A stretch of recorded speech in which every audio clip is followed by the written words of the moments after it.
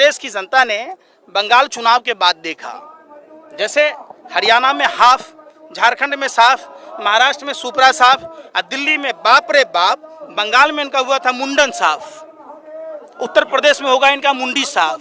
चूंकि 2019 का जो चुनाव हुआ, 17 में 14 में जो छोटे छोटे चुनाव हुए, लोकसभा के, राज्यसभा के, नगर निगम के, लोगों ने देखा टूटी खाट फटा लंगोट, अमर गया भाजपा को देकर वोट। सोचा था बनियाइन के ऊपर नहीं शर्ट आएगी, क्या पता था बाद में पतलून भी उतर जाएगी। तो इसलिए लोग सोच समझ के वोट करेंगे। आपको नहीं लगता कि 10 महीने आंदोलन को गिराव में प्रवेश कर चुके हैं, सरकार आपको सीरियस नहीं ले रही है? सरकार क्यों लेगी? मंत्रिमंडल विस्तार कर रहे हैं, वो जातीय आंकड़े पे कर रहे हैं। मंत्रिमंडल विस्तार इसलिए कर रहे हैं, इनको पता है कि फिर दोबारा हम सरकार में नहीं आएंगे। जब देश का राजकोषीय घाटा बढ़ चुका है तो ऐसे में मंत्रियों को बदलना मतलब पूर्व मंत्री का दर्जा लेकर देश का ही वेतन भत्ता खाएंगे, तो इसका बोझ आम जनता पर पड़ेगा। फिर जो नए मंत्री बनाएंगे वो भी वेतन लेगा।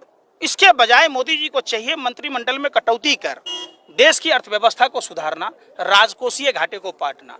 लेकिन ये कब करते? जब इनको कॉन्फिडेंस होता है कि हमने कोई काम किया है।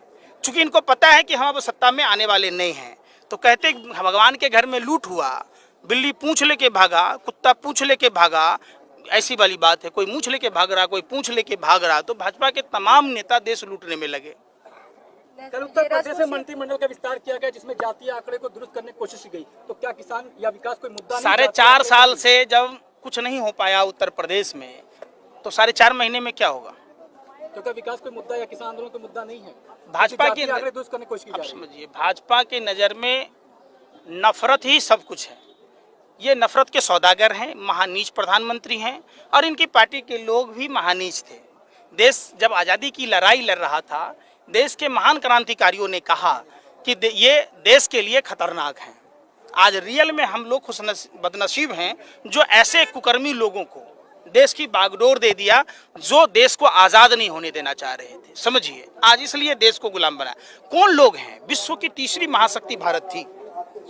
कौन कौन देशों ने चंदा दिया? Billion minds Swami Vivekananda international foundation में।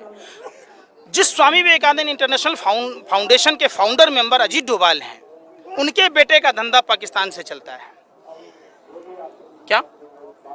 तो ये देशद्रोही नहीं है?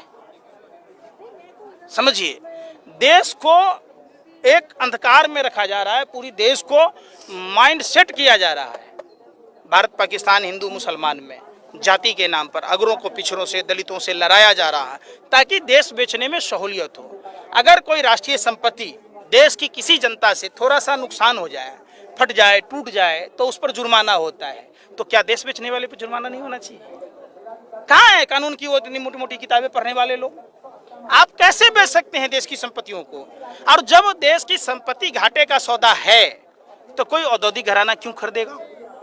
इसके पीछे लॉजिक है। जानबूझकर देश की संपत्तियों को घाटे में डाला जा रहा है।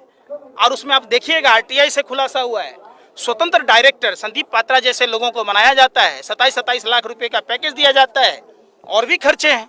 तो जाहिर सी बात है संपत्ति डूबेगा, ये अपने व्यापारिक मित्र को बेचेंगे और वही व्यापारिक मित्र इनको पार्टी फंड में चंदा देगा। सबसे बड़ी बात, जवान के नाम पर वोट दिया जाएगा, विकास के नाम पर या फिर मंदिर के नाम पर? पूरे देश में जो भाजपा ने ठगी की है, आप लोग घूम फिर के मंदिर पर आ जाते। क्या कहा कबीर साहब ने? पोथी पढ़ पढ़ जग मुआ, पंडित भया न कोई, 2.5 अक्षर जो पढ़ ले वही पंडित होए।